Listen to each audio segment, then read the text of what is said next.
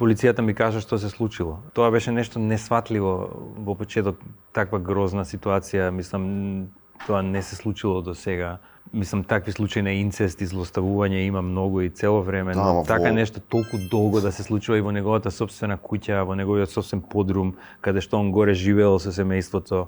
Али одвратна приказна и 100 пати сум зажалил што се бавев со таа работа, таа книга сум ја зажалил, доста успешна беше финансиски, ама 1-2 години ми требаше да се опоравам ментално. Оти ја ги имав тие фајловите, судењето беше затворено, значи голем дел од судењето беше тајно и ја ги добив фајловите, стенограмите од тоа што говореле тамо внатре во судницата и тоа беше стварно ужасно. Абе сум видел ја и пострашни ствари, Украина, секакви масакри и воени злосторства и што не, но ова е нешто поинако затоа што ова некако имаш чувство дека тоа некое зло што се случувало тамо е на некој начин кога не е човечко.